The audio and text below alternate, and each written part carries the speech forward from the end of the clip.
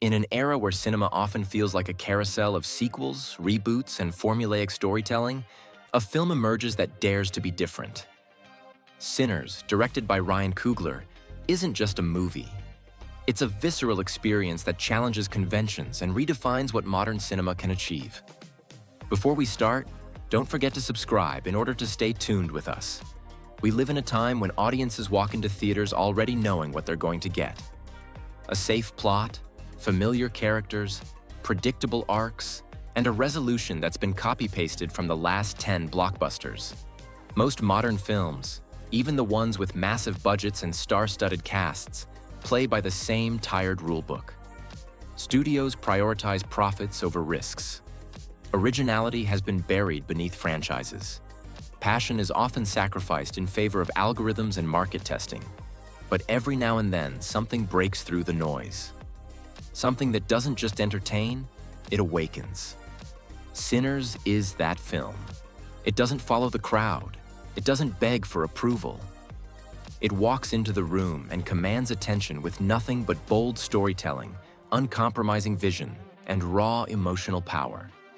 Ryan Coogler has given us more than a film. He's delivered a cinematic event that feels like a line in the sand between what cinema has become and what it should be.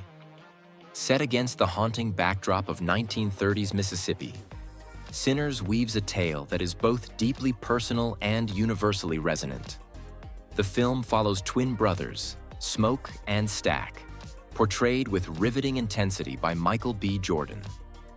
Returning to their hometown to open a juke joint, their aspirations are soon overshadowed by a malevolent force that threatens to consume everything they hold dear. The setting isn't just a backdrop, it's a living, breathing presence in the film. The sweltering heat of the South, the ghostly moan of a passing freight train, the dusty roads that stretch between pockets of joy and decades of pain. Mississippi in Sinners feels like a place where history hasn't passed, only lingered. Coogler immerses us in this world with painstaking detail, capturing the soul of a time and place defined by both its beauty and brutality. And at the heart of it all are Smoke and Stack, two brothers bound not just by blood but by a dream of reclaiming their roots, of building something their own, of creating a space where music, laughter, and freedom can thrive, even for a few precious hours each night. Michael B. Jordan gives a performance that doesn't feel like acting. It feels like embodiment. He doesn't play the twins, he becomes them. You feel the tension in every glance, the love in every argument, the unspoken trauma in every silence. But their story, like so many in this era, is not allowed to simply unfold. Darkness arrives. And it's not just evil for evil's sake. It's layered, symbolic, ancient. It wears a familiar mask, and yet it feels unlike anything we've seen before. What sets Sinners apart is its masterful blend of genres. Coogler seamlessly fuses historical drama with supernatural horror, creating a narrative that is as thought-provoking as it is terrifying. The vampires in the film are not mere creatures of the night. They are symbolic representations of systemic oppression, feeding off the lifeblood of marginalized communities. Most directors struggle to balance even one tone in a film. They either commit to realism or plunge into fantasy, rarely both. But Coogler doesn't just balance historical drama and horror, he intertwines them. The supernatural elements in Sinners aren't there for jump scares or spectacle. They serve a purpose, a metaphor, a warning. The vampires in this story are unlike the polished, romanticized versions we've seen 100 times before. They are predators, yes, but more than that, they are colonizers in disguise. They move through Black communities like whispers, draining not just blood, but soul, identity, and freedom. This layered symbolism elevates the film far beyond genre constraints. Coogler uses horror not to escape history, but to confront it, to amplify the truths that traditional dramas often soften. There's fear in this film, yes, but it's the kind of fear that speaks to something real, something systemic, something generational. And it hits hard because deep down we recognize it. The film's exploration of cultural appropriation is both timely and poignant. Through the character of Remick, a sinister Irish vampire played by Jack O'Connell, Sinners delves into the exploitation of Black artistry and the commodification of culture. It's a narrative choice that adds layers of depth to the story, prompting viewers to reflect on the real-world implications of such dynamics. Remick isn't just a villain, he's a mirror, a reflection of centuries of appropriation, theft, and manipulation. On the surface, he's charming, articulate. He strolls into the juke joint like a man who's simply intrigued by the music, by the rhythm, by the soul of the place. But underneath that polished demeanor is something parasitic, something ancient. He doesn't create, he consumes. He studies Black expression like it's a resource to mine, to extract, to sell. His fascination with the music, the clothes, the language, it's not admiration, it's colonization. Jack O'Connell plays Remick with a chilling elegance, never once veering into cartoonish villainy. His performance forces the audience to reckon with the discomfort of a truth many avoid: that the exploitation of Black creativity didn't end with minstrel shows or stolen records.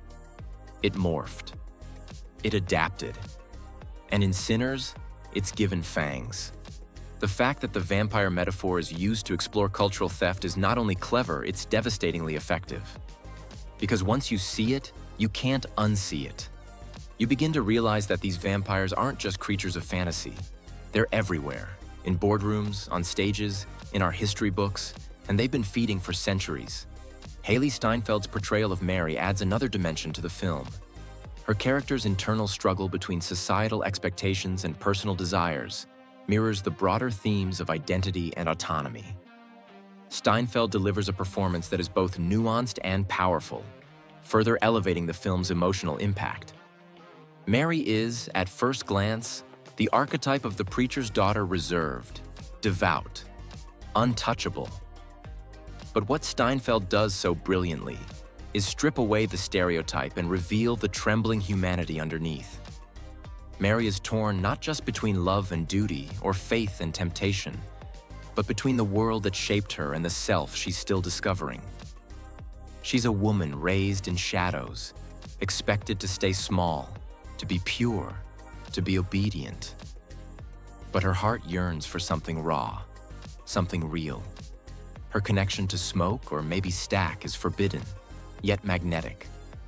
Not because it's scandalous, but because it's honest. In a town full of masks, she sees in them a reflection of her own buried fire. Steinfeld doesn't play Mary loudly.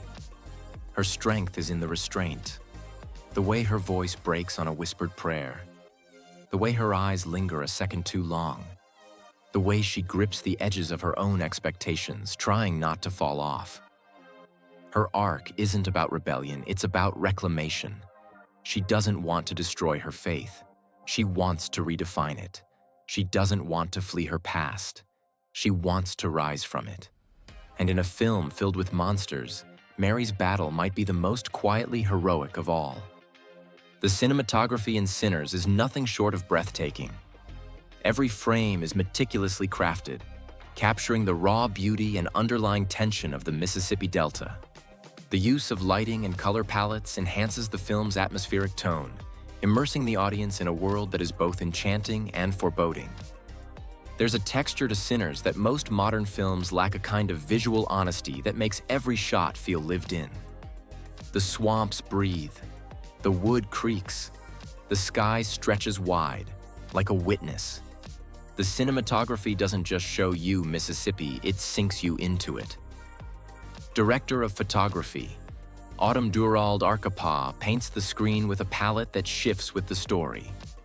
In moments of joy, the frame warms golden, vibrant, soaked in the glow of possibility. In moments of fear, it cools shadowed blues and grays that whisper dread in your bones. The light plays like memory, soft, imperfect, intimate. Daylight feels like a brief reprieve. Nighttime is not just dark, it's alive. The camera never intrudes. It watches. It respects. It lets the characters breathe while capturing every twitch of doubt, every flicker of hope. There are long, meditative takes that trust the audience to feel, to sit with silence. There are sudden, jarring close-ups that grab you by the soul. And there are wide shots, breathtaking, biblical, that remind you just how small these characters are in a world so much older and crueler than they can imagine. The visuals in Sinners don't just support the story, they tell it. They whisper things the characters are too afraid to say. They hold space for everything unspeakable. Ludwig Göransson's score complements the visual storytelling perfectly. Drawing inspiration from traditional blues and gospel music, the soundtrack serves as an auditory embodiment of the film's themes. It's a hauntingly beautiful composition that lingers long after the credits roll. Music in Sinners doesn't play in the background, it seeps into your skin. It doesn't accompany the story, it amplifies it. Ludwig Göransson, known for his versatility and emotional precision, taps into the soul of the South with a score that feels dug up from the earth itself. The soundtrack isn't polished or glossy, it's raw, weathered, aching. You hear the ghost of a steel guitar weeping through the trees. You feel the thrum of a hand-clapped rhythm echoing in the bones of an old church. Every chord, every note, every breath of the score feels deliberate, rooted in the pain, hope, and resistance of Black history. The gospel tracks don't feel like musical interludes, they feel like prayers, like spells, like resistant songs passed down from generation to generation. In the moments where the vampires strike, the music swells not with terror, but with ancestral mourning, like the land itself remembers the injustice. Göransson's brilliance lies in how he never lets the music overpower the scene. Instead, it fuses with the narrative, inseparable from the dialogue, the movement, the silence.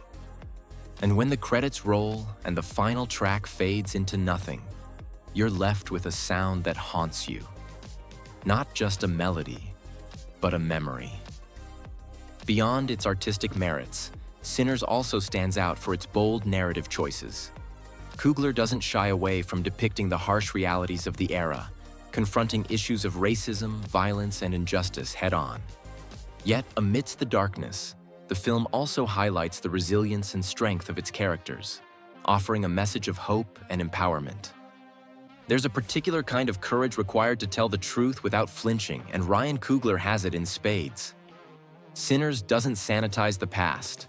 It doesn't wrap brutality in euphemism or gloss over pain for the sake of comfort. It shows the blood, the fear, the systemic rot that poisoned every institution and every street corner in 1930s America. The film portrays the ugliness of racism not as a subplot, but as the very air these characters breathe.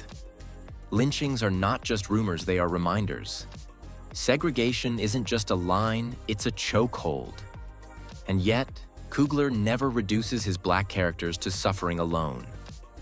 They are not victims on display. They are survivors, fighters, builders, lovers, storytellers. Their existence is resistance. Their joy is rebellion. Even in the presence of literal monsters, the greatest threat they face is the one they've lived with all their lives, being seen as less than human. But they do not crumble. They dance, they sing, they love, they build. The juke joint becomes more than a place of music. It becomes a sanctuary, a fortress, a temple. And in this balance between pain and power, between horror and healing, lies the real genius of the film. It doesn't ask the audience to pity its characters. It asks us to witness their strength and remember their stories. In a landscape saturated with predictable plots and superficial storytelling, Sinners is a breath of fresh air. It's a film that challenges viewers to think critically, feel deeply, and engage with the narrative on multiple levels. Coogler's vision is uncompromising, and his execution is flawless. Watch enough modern films, and you begin to feel like you've seen the same movie 100 times, just wearing different costumes. You can predict the plot twists before they happen. You know which characters will live, who will fall in love, and exactly when the inspirational speech will drop. But Sinners never gives you that comfort. It dares you to pay attention. It demands your emotional investment. Every character has depth. Every scene has weight. You can't watch it passively, you live it. Coogler doesn't spoon-feed meaning or cheapen the narrative with fan service. He builds tension not through volume but through restraint. His camera lingers where others would cut. His dialogue breathes where others would rush. And by the time you realize what he's doing, you're already in too deep to look away. He trusts the audience. He doesn't underestimate their intelligence or emotional capacity. And that trust, it elevates the entire experience. You don't feel like you're watching a movie. You feel like you've been dropped into another world, and it refuses to let you leave unchanged. What makes Sinners better than 99% of modern cinema isn't just its technical brilliance or compelling performances.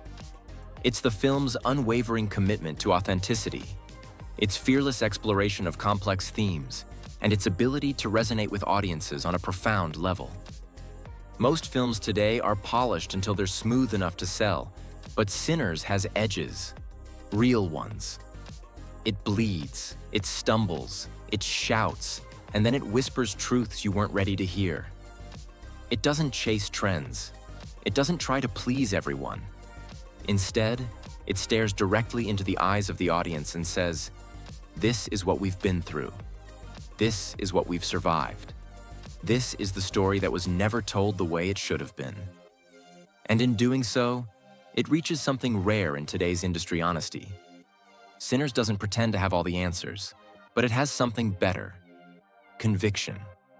Every frame, every performance, every beat of that haunting score feels like it was created with a purpose bigger than just box office returns. It's the kind of film that stays with you. You'll find yourself thinking about it at night, hearing the music in your dreams, replaying the looks, the silences, the screams. It plants something in you, something you can't quite name, and that right there is the mark of great cinema. In the end, Sinners isn't just a movie. It's a testament to the power of storytelling. It's a reminder that cinema, at its best, can be a mirror to society, reflecting our deepest fears, hopes, and truths. And in doing so, it can inspire change, provoke thought, and leave an indelible mark on the hearts and minds of its viewers. Stories like this don't just entertain, they elevate. They challenge the audience not just to see differently, but to feel differently, to look beyond spectacle and embrace discomfort, to confront history not as a footnote, but as an ongoing storm that still echoes in the present. Through its artistry, Sinners invites us to listen to the ghosts in the music, the pain in the silence, the resistance in the joy. And as the final scene fades and the credits rise, you don't walk away clapping, you walk away changed, humbled, awakened. This is cinema as it was meant to be, a sacred fire that lights the way forward, a mirror held to the soul. And in a time where the soul of cinema often feels lost, Sinners proves it's still alive,